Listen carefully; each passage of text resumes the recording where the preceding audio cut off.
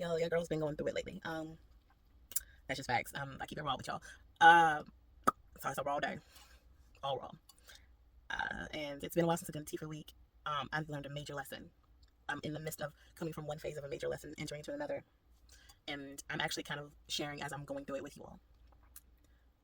I've been not feeling well lately, and life is lifing. It is lifing in a way that it has not lifed before over here. So yeah, yeah. But with that, I'm learning some great lessons that I want to share, in hopes that I can bless your life.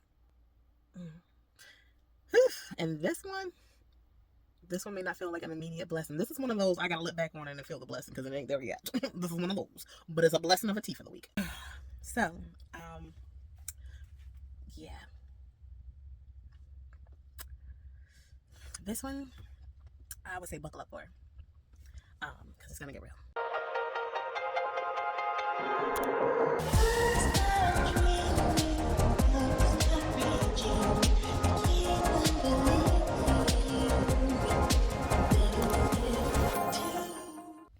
Hi y'all, hi y'all, hi all, hi y'all. It's your girl KrisTEAnna back again with another tea for the week, and it's spiked this time. So grab your sis, grab your tea, get your spite, and come sit with me, and let's get into it, okay?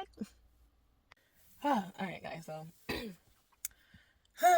another raw day, okay? Another extra raw day today. This tea for the week is about toxic hope. Yeah. And recognizing toxic hope. First of all, I am gonna define toxic hope, but I really wanted to kind of get a little brief of why we're doing this, in some short detail. So, I'm for me personally, I'm just a very positive person normally. I'm not like obnoxiously positive. I'm more like a realistic positive. At least that's how I would describe myself. I think those around me probably describe me close to the same or similar manner. But I really do believe that the sky is the limit. I really do. And when sometimes I mean, that's super needed sometimes, because you do need a little bit of delusionalism. Is that a word? If not, I think I just made it one. You do need to be slightly delusional when it comes to making big dreams happen, because that's what visionaries are. They kind of have a little bit of like, they delude themselves a little bit, but but it works because it's like, if you're not going to think outside the box and think that far out there and be that crazy with your ideas, who else will, right? So, with that, I think that's because I feel like anybody who has huge dreams, big dreams, or big goals or things like that, you're gonna find a little bit of that in them. It's just it kind of is one of those things that just kind of comes with the territory, right? I will say this: with everything, there is a balance, right? Even too much of a good thing can be a bad thing, and hope is definitely needed. It's definitely a good thing, but then there's that moment where it can also be to your detriment, and I want to get into that. So, in recognizing toxic hope, I kind of gave a brief definition, and I want to go over a few key things to recognize when that hope is no longer serving you and it's hurting you. So, one key thing in recognizing if the hope has turned toxic, because it doesn't always start out that way, and sometimes I feel like that's the worst part, is when it doesn't start out that way. It's not like something that's just completely just negative from the beginning. It had great intentions, great run, great start, great framework, and then at some point it just started to change. Then it started to turn negative. So, one key point, if you see me looking down again, it's probably because I got notes. One thing that you should ask yourself, because I feel like recognizing toxic hope does require a lot of surveying self. You really got to take that time, look at self, and be like, okay, let's do a check-in. Let's really evaluate this. Like, especially when you're in the middle of it and you're going through it and you're in the thick of it. There's sometimes, as you're healing bit by bit, there's those moments where it's like a little break in the emotion, a break in the sadness, or, they always say don't make a decision when you're too happy or too sad. Or too angry and things like that, too emotional. There's a neutral moment where it's not quite the numbness, but it's like that as you're going through, it's like a tiny point of acceptance in between each one. Because, when you go through things, and especially at grief, they're kind of like the mirror, the stages of grievances, a grievance. It takes you through the stages more than once, not in order, and it can bounce you all over the chart, right? So, you have to ask yourself this question. And,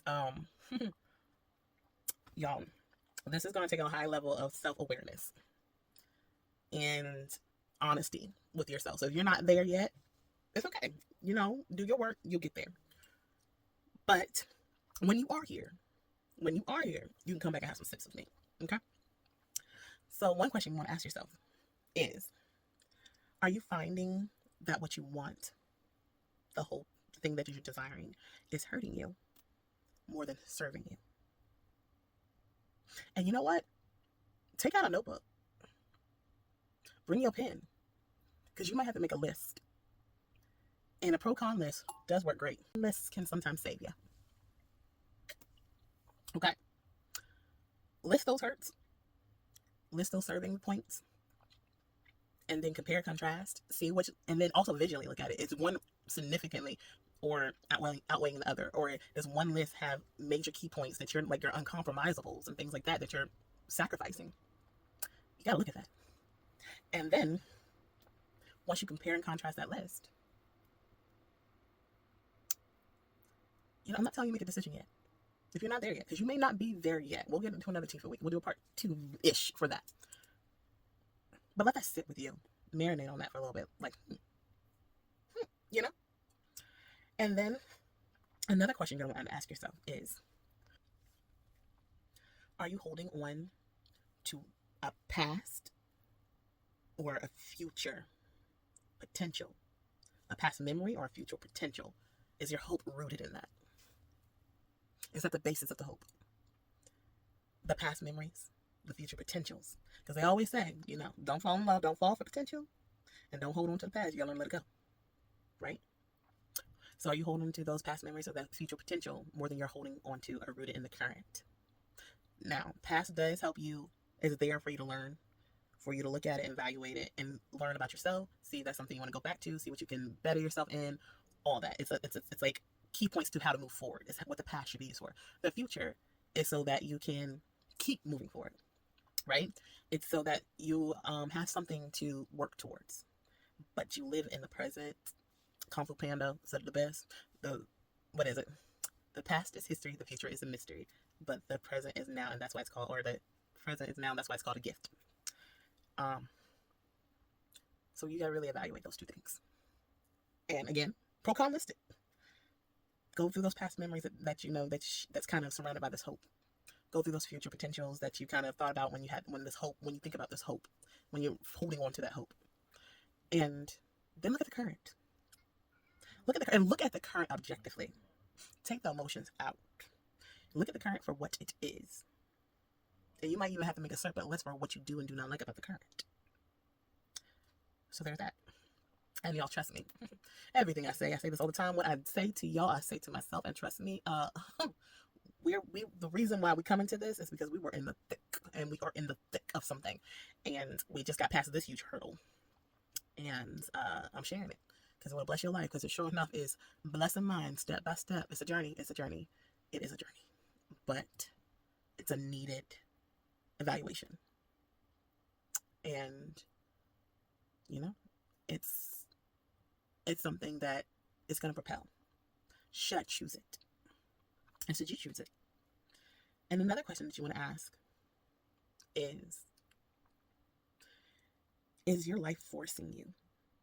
Now, this one's going to be real. This one y'all may not be ready for. But is your life forcing you to let go of that hope? Are certain things happening? Are certain things happening that's kind of putting you in this position where you almost don't have a choice? It's like you always have a choice, but it's like you're hurting yourself more, you're fighting yourself more if you don't choose it to let go. And I feel like that's the hardest part. This is the hardest question to ask yourself, especially when you're stubborn. And if you're stubborn, because if you still like, I can fight for it, it ain't over until I say it's over. It ain't done. I still got one last race to run, one last song to sing, one last dance to dance. It's not over. And this can be applied to so many different things, your relationships, your financial things. Is life forcing it out the picture? And let me tell you another harsh truth. When you want and ask, prayer, the universe, whatever you so believe, when you're putting out and doing the work to get certain things out that you want out of life, there are some things that cannot be a part, will not be a part. And it is so uncomfortable when you're put into an either or situation, or when you're put into a let it go situation. Quit holding on. And it makes it that much more uncomfortable when you fight it. Now, I'm not saying, if you got a little bit of fighting, you try it. Try it. You never know. I'm not just saying walk away and give up. It's just there's a point where you stop fighting. So I would never say, because you never know. Unless it's just that bad and you've been through the ringer so much and it's causing that much turmoil in your life, then yes, immediately let it go. As soon as life is just like, stop it, for real, let it go. But if you feel like you can give it one last hurrah, try one more last time. But when life is not on your side in it, when life is not supporting it, and things that happening around you that doesn't support it, let it go. Let it go. That's the moment where you gotta let it go. And that wonderful thing of this, if it was meant to be, it will come back to you. If it's meant to be, it'll come back to me. But let it go. Let it go and work on the acceptance if you haven't accepted it yet. Work on the peace. Ask for it. Work on the pain. Because it's going to hurt sometimes when you got to let some things go that you don't want to let go. I don't want to lie to you. But you got to face, that's that time to face that pain and be like, it's a season. I know I'm going to be better for it. Sometimes you got to fake it till you make it believe you're going to be better for it. Then you have to shift your hope into a non-toxic form, which is let it go for now and hope for the best. And trust that it'll all work out in the end. And you're going to go through the emotions. The heartaches, the pains, the resentments, the disappointments, the anger, the sadness. Go through those emotions. You have to allow yourself to feel them. Don't allow them to take over you, but feel them. Recognize what they are and where they're from. And deal with them as they come.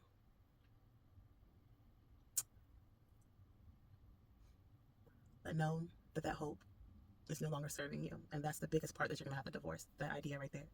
Having hope for that is no longer serving you. So I leave you all with this. If you need a notebook and a pen for this, get one. If there's something that's in your life that you're having a hard time letting go of, use these tools. I look forward to being able to come back for the next tea for the week when I'm able to share with you all on how to let it go. I'm not there yet, but it's coming. So, as I usually say, as I learn more, I share more. And with that, I leave you all here. Love you all. Take care of yourselves. And until next time. And always remember, my kind of design. Designing your own kind of life. And never forget to dream. Love you.